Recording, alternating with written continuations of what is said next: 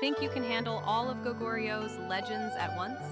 From Jumong's dragonborn rise to Mishan's bold reforms, Guangaeto's empire-stretching conquests to Bojang's last stand, these are the stories you'll devour. Smash that like, subscribe, and ring the bell. Your next royal obsession starts now.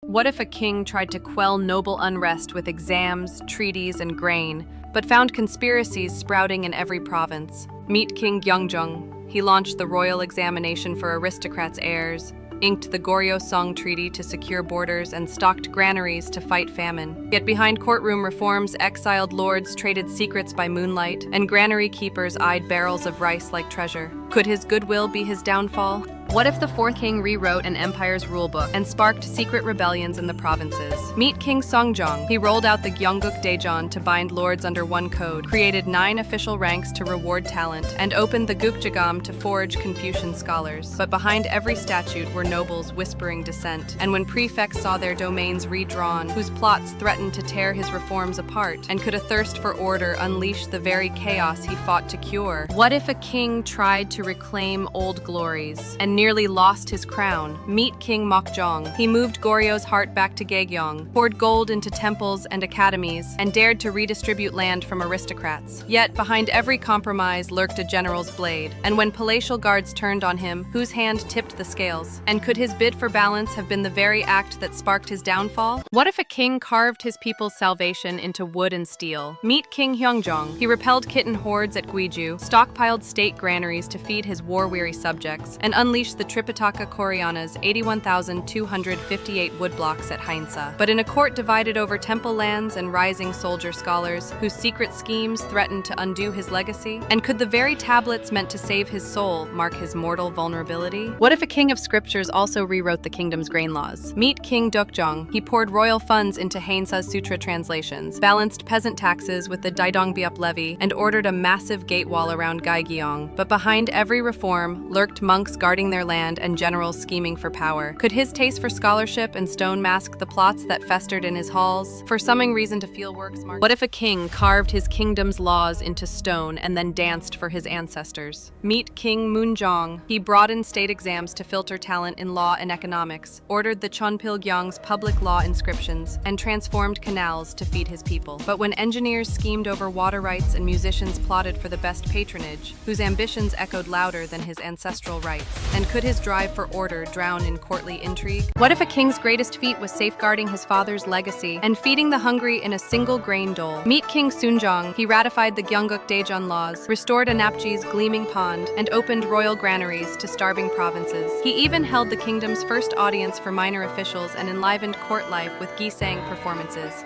But when his court welcomed common voices, whose envy and fear brewed in the palace shadow, and could that very openness have hastened his fall? What if a king mapped every field to rein in nobles, and summoned Zen monks to seal his power? Meet King Sonjong. He cracked down on hoarded estates with a kingdom-wide land survey, backed Sion Buddhism with new temples, and imported Chinese water wheel engineers to revolutionize irrigation. Yet when hidden manors were unearthed and foreign builders edged out local artisans, whose whispers in palace halls threatened to undermine his reforms? And could his quest for balance unleash the very discord he sought to end? What if a king rebuilt his kingdom's laws and launched state healthcare amid secret smuggling rings at sea? Meet King Hanjong. He restored lost legal codes after Khitan invasions, founded the Royal Medical Bureau, and granted ship subsidies to revive trade. Yet as physicians battled over court appointments and smugglers skirted his maritime grants, whose covert plots threatened to derail his rescue efforts? And could healing the realm expose its hidden wounds? What if a boy king turned bureaucrat and battlefield engineer? Meet King Sukjong. He launched a new land and poll tax system, built grand audience halls in Gaegyeong, and even backed experiments in bronze cannons to fend off Jurchen raids. But when clans tried to dodge his taxes and jealous courtiers whispered of a coup,